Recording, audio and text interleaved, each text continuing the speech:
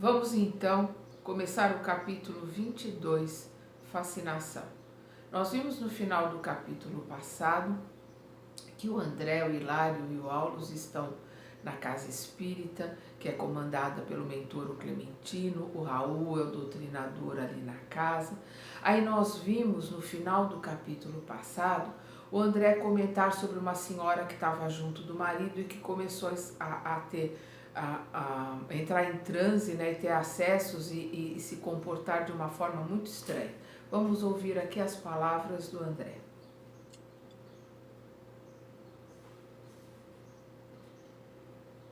Levantara-se a dama de esquisita maneira e, rodopiando sobre os calcanhares, qual se o motor lhe acionasse os nervos, caiu em convulsões expirando piedade.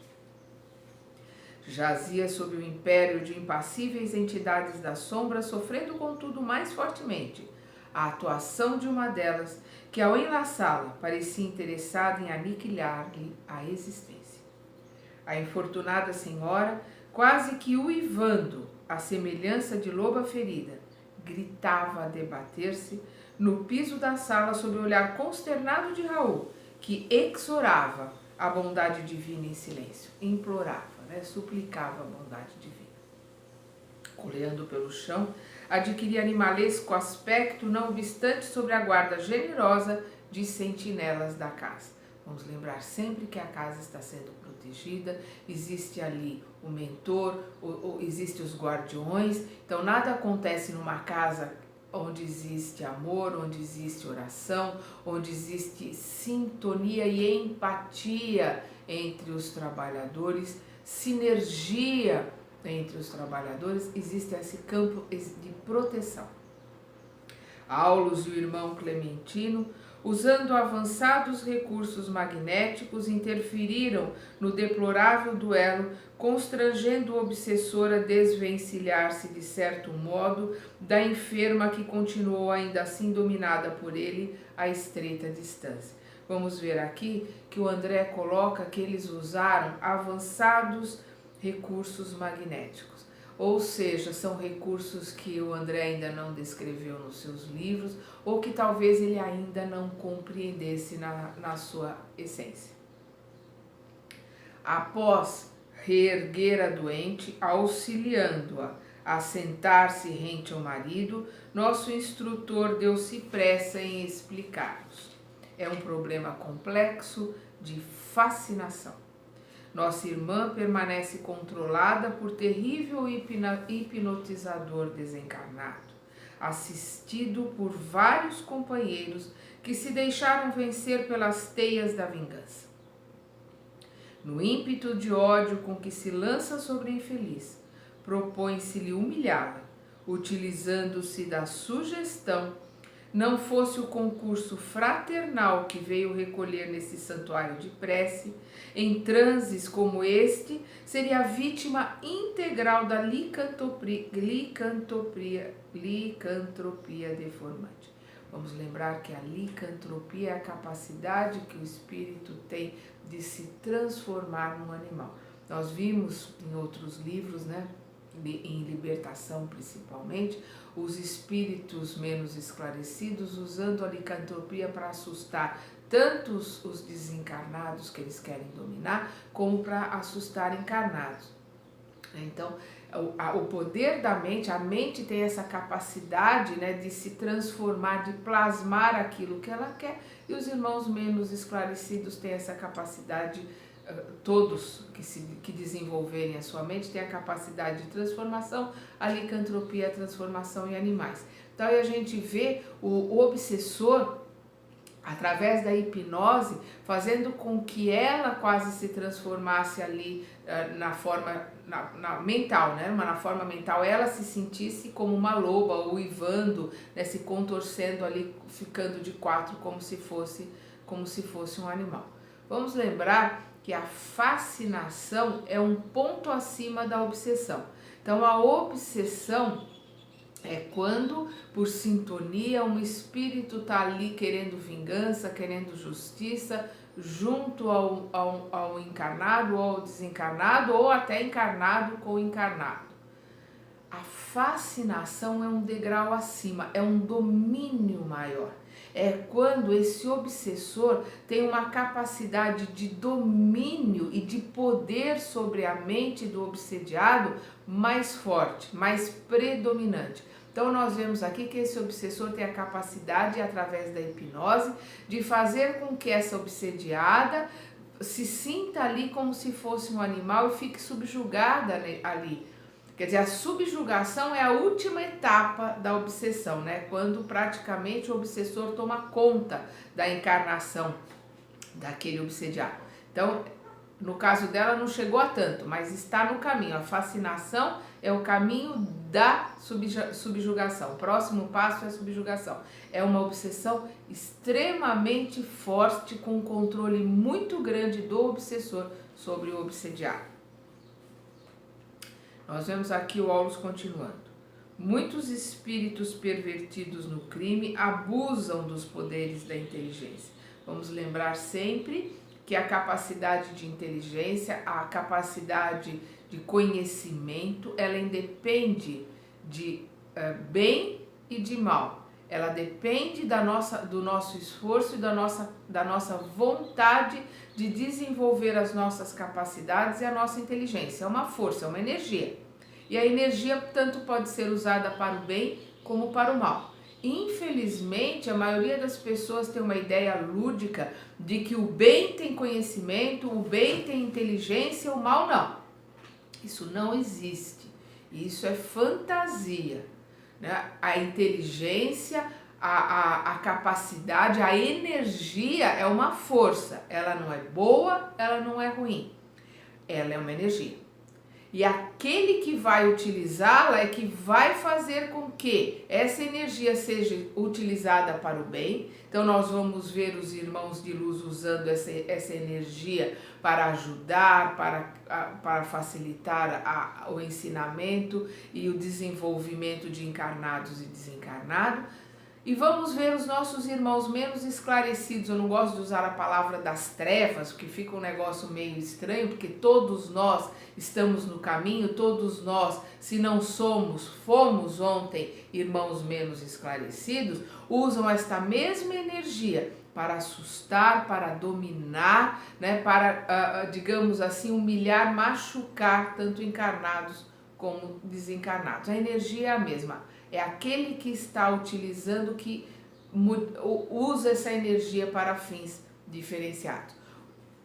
As trevas é a ausência de luz. Qualquer velinha acesa num lugar escuro, ela já ilumina. Pode iluminar pouco, mas ela ilumina. Então a gente tem que entender isso. Onde não houver luz, onde houver as trevas, basta que haja um pequeno fachozinho de luz para que as coisas comecem a se modificar.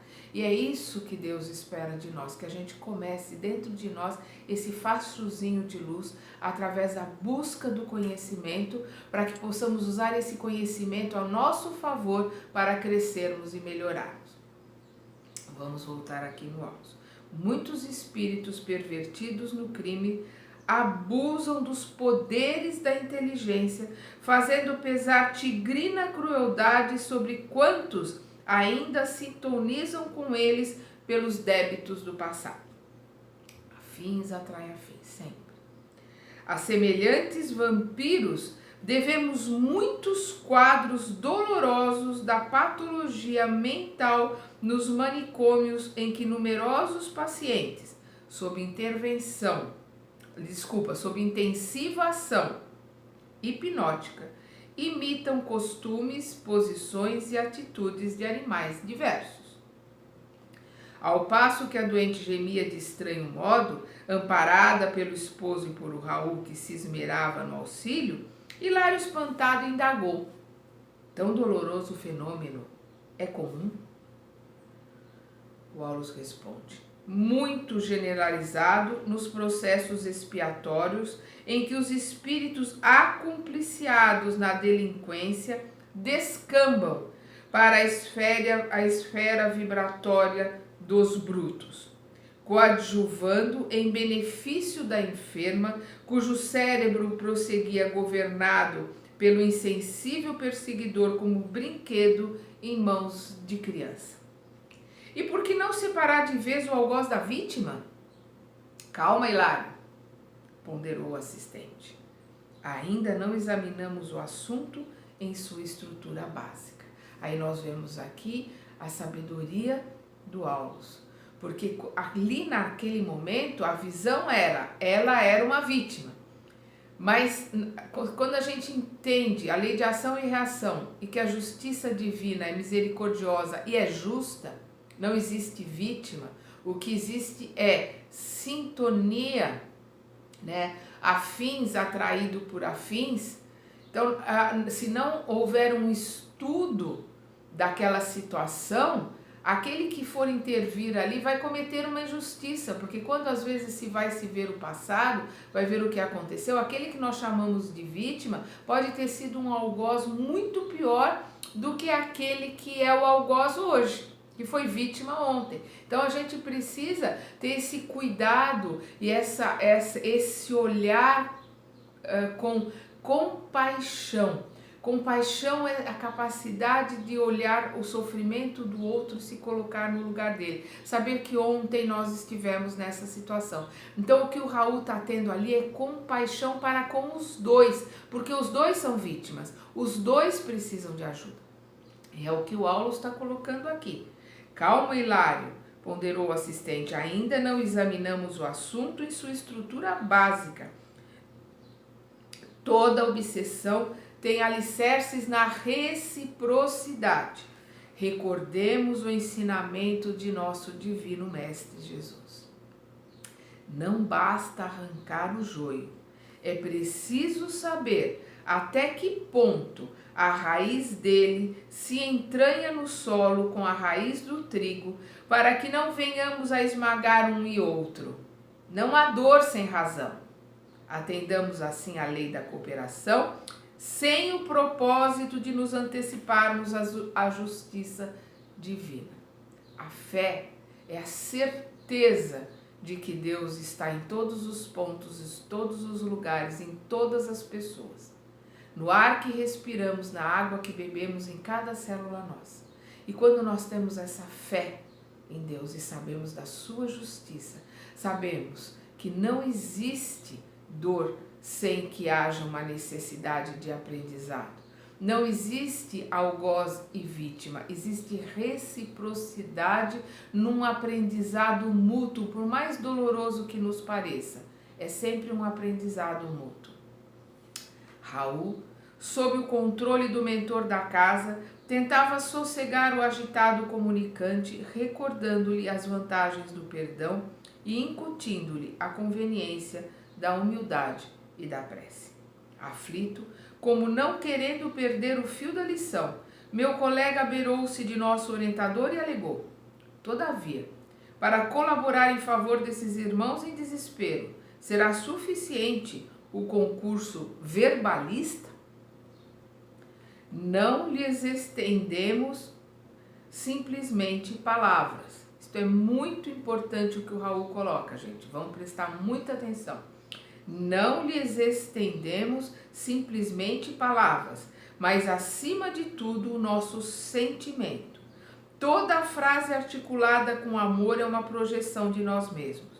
Portanto, se é incontestável a nossa impossibilidade de oferecer-lhes a libertação prematura, estamos doando em favor deles a nossa boa vontade através do Verbo nascido de nossos corações, igualmente necessitados de plena redenção com o Cristo. Vamos entender o que ele está colocando, a importância do que ele está colocando. Quando nós falamos que nós somos criadores, nós somos deuses, tudo aquilo que nós pensamos, nós materializamos. É uma matéria mais sutil, nós plasmamos à nossa volta.